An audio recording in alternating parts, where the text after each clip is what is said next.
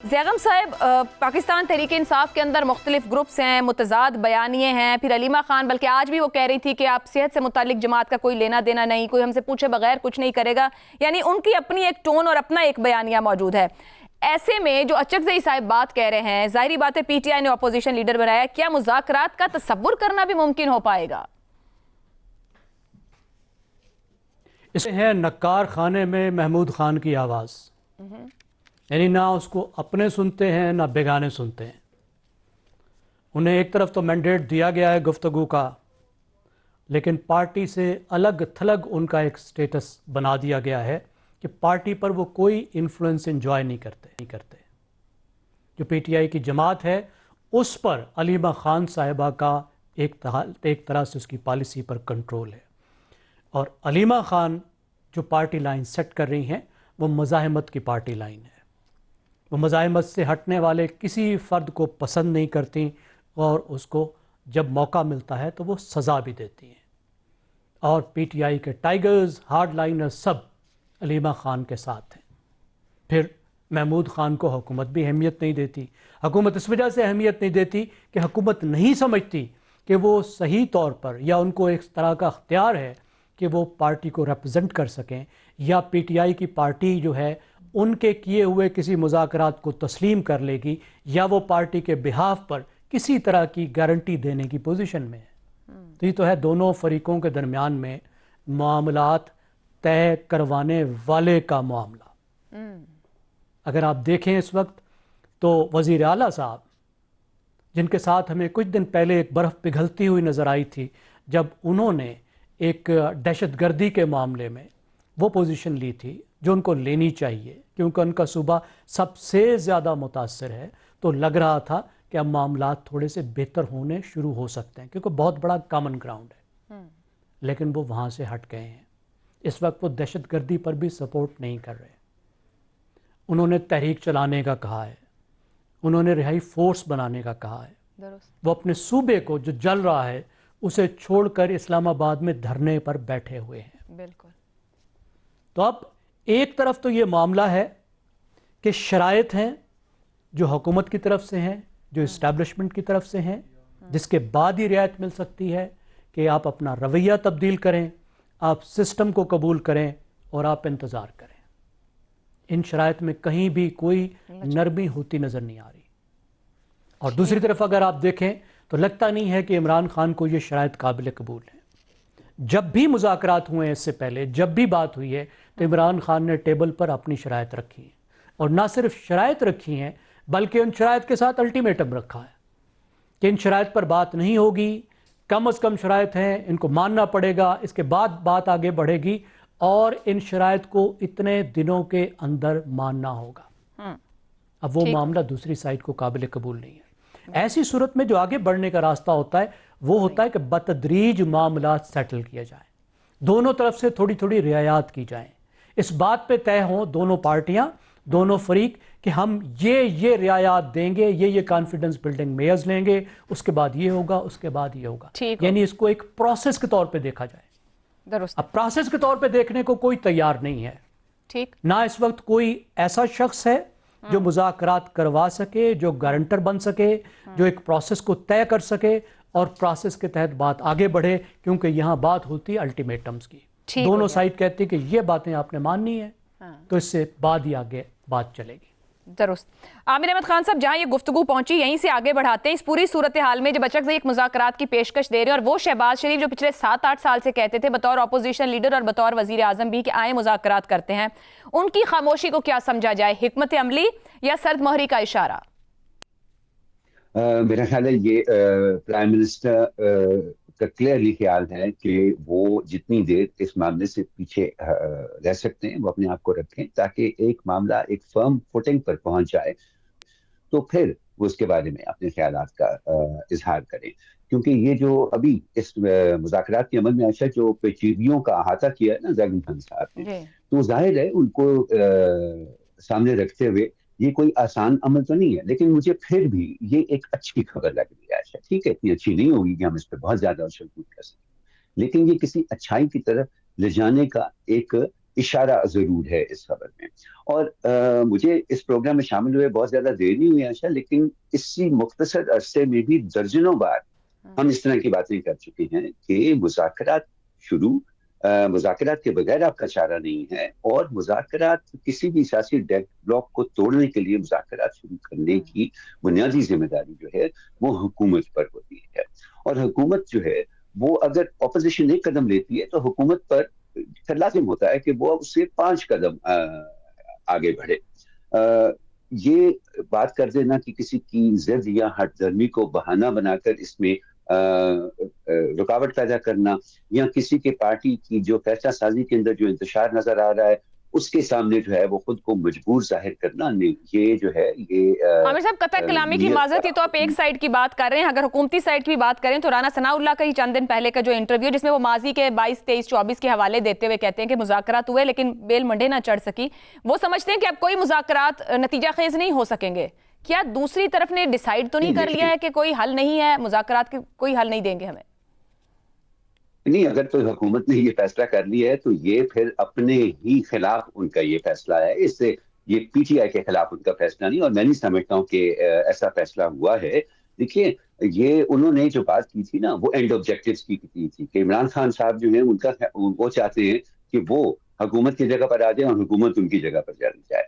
देखिए, मुज़ाकरात and objectives कभी भी मुज़ाकरात का स्टार्टिंग पॉइंट नहीं हो सकते हैं। आपके पास बेशुमार स्टार्टिंग पॉइंट्स हैं मौजूदा सूरत हाल के अंदर। मसलन आप आराम से ये बात शुरू कर सकते हैं और पब्लिकली शुरू कर सकते हैं। बहुत सारा इस तरह के मुज़ाकरात का हिस्सा जो है वो तो पसे पर्दा होता है, लेकिन जो पब्लिकली हो सकता है, आप आराम से ये बात शुरू कर सकते हैं कि इस पीटीआई जो है ये जो सोशल मीडिया की गलाजत है इससे अपने जरा हाथ धोए, और उसके बदले में जो उन्होंने पाबंदियां आयद की हैं इमरान खान की मुलाकातों पर उसमें कुछ नरमी की जा सकती है।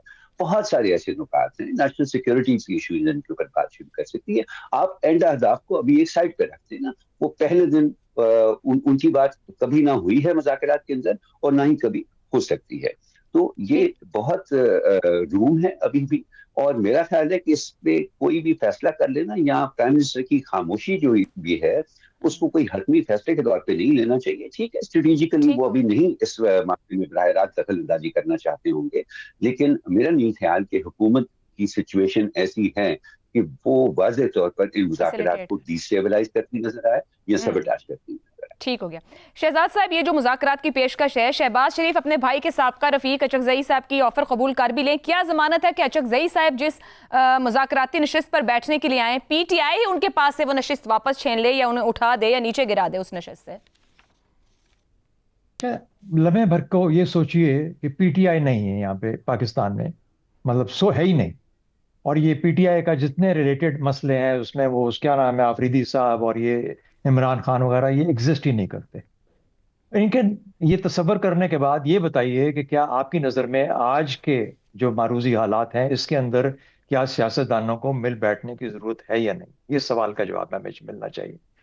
यानी पीटीआई क्या वाहिद फैक्टर है जिसके ऊपर सियासत होगी या सियासत बातचीत का उसके ऊपर शामिल होगी सिर्फ, या ये कि नहीं, और इतने मसले हैं, इतने ज्यादा पाकिस्तान के मसाइल हैं जिसमें सियासी हम आहंगी होना बहुत लाजिम है। दहशतगर्दी को ही ले लीजिए, कैसा एक फिर से तूफान उठने जा रहा है, उसके लिए तमाम सूबों के अंदर एक इस किस्म की मजमूई सोच होनी चाहिए। फिर उसके बाद सिंध के मामलात का आपने जिक्र किया, कराची के मामलात का जिक्र किया, बलूचिस्तान एक बहुत बड़ा नासूर है।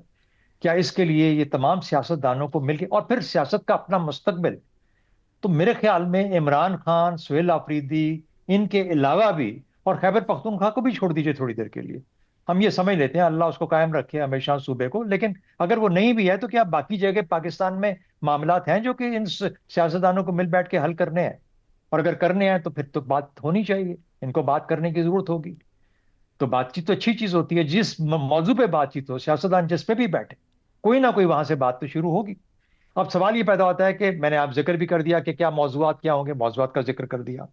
अगर मफाद सबका एक है, और मैं इसके ऊपर आता हूं कि अगर सियासी तौर पर, मजमूई तौर पर, सियासी सोच के हिसाब से मफाद है, यानी सियासतदान तमाम मिलके एक मफाद रखते हैं। मैंने जिक्र किया आपसे पहले भी बहुत दफा इस प्रोग्राम के अंदर कि क्या ये आज का निजाम हमेशा रहेगा, कि 5 साल चलेगा, 10 साल चलेगा, 3 साल चलेगा, कि कब तक चलेगा? उसके बाद की सियासत का रुख क्या होगा? क्या इन्हीं 26वीं तरमीम, 27वीं तरमीम, एनएफसी, इनके साथ ही मामला हमने आगे लेके चलने हैं, इसी शक्ल में लेके जाने हैं? किस जबर के तहत हमने ये तमाम चीजें एग्री की हैं? ये है, कोई जबर था या नहीं था? और अगर नहीं था तो ये पार्लियामेंट की एक सोच है कि आगे के रास्ते भी यही होंगे। कहीं ना कहीं पे तो बैठ के हमें ये तय कर लेना चाहिए कि हम इस तरीके से सियासत इस मुल्क की करेंगे। वरना यही देख लीजिए अचक ज़ई साहब के रोल कितने हैं, लीडर ऑफ द ऑपोजिशन, उनको क्या करना है?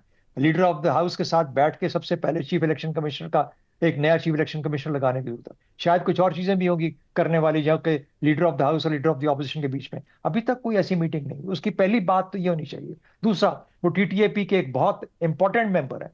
तहरीके तहफ़्फ़ुज़ आईन पाकिस्तान एक इंपॉर्टेंट आवाज के तौर पे इस मुल्क में उठी है। उसकी उसकी बातों की, उसकी शिकायत, उसकी सोच, उसके साथ कोई हमारा ताल्लुक नहीं है। आ जाके सुहेल अफरीदी और इमरान खान ही हमें लेके हर तरफ कुछ चलते रहेंगे, हमारी नाक में नकेल डाल के। तो मेरा ख्याल है कि हमें भी अपनी सोच को थोड़ा सा वाइड करके सोचने की जरूरत है। इमरान खान जेल में है, सुहेल अफरीदी एक सूबे का लीडर है, बेशक उसकी आवाजें मुख्तलिफ निकलती हैं, उस सूबे से भी मुख्तलिफ आवाजें निकलती हैं, उसका हल भी बातचीत के अंदर है। तो आप बातचीत का एक रास्ता अख्तियार कीजिए, बाकी रास्ते ऐसा ऐसा निकलते आएंगे। रज़ा रूमी साहब, क्या शहबाज शरीफ इस ऑफर को बराह रास्त कबूल करेंगे या स्पीकर ऑफिस भेज देंगे? माजी में ऐसे हवाले हैं कि बड़े लीडर्स ने बराह रास्त राबते किए, या फिर एक थॉट प्रोसेस ये भी है, जैसे कि शहजाद साहब ने भी बात की, कि इनको इग्नोर करके आगे बढ़ा जा सकता है, ऐसे रास्ता निकाला जा सकता है? देखिए, ये कहना मुश्किल है कि वो वजीर आजम क्या लाया अमल इख्तियार करेंगे, मगर जैसे अभी सभी ने कहा कि ये पेशरफ तो काफ़ी उम्मीद अफजा है, क्योंकि अल्टीमेटली पाकिस्तान में और दुनिया में कहीं भी सियासी इख्तलाफ तनाव जो है वो मुज़ाकरात के ज़रिए ही हल होता है। उसके अलावा जो तरीक़ाकार होते हैं वो हमेशा जिसे कहना चाहिए या तो उनमें अवाम का नुकसान होता है, या माशरे में, मुल्क में इंतशार फैलता है, या रियासतें कमज़ोर होती हैं। मुज़ाकरात जो हैं वो एक सेहतमंद जमहूरी माशरे की अक्कासी भी करती हैं, और उसके साथ साथ ये एक रास्ता भी देते हैं कि किस तरीके से मुल्क को इस किसी भी बहरान से बाहर निकाला जा सकता है। अब सवाल ये पैदा होता है कि यहाँ पे फरीकैन जो है उनकी क्या अप्रोच होगी, उसी से हम तज्जिया कर सकते हैं। देखिए, जहां तक तो अचक ज़ई साहब का ताल्लुक है, वो एक मंझे हुए सियासतदान है, और यकीनन वो मुज़ाकरात की बात हमेशा से करते आए हैं।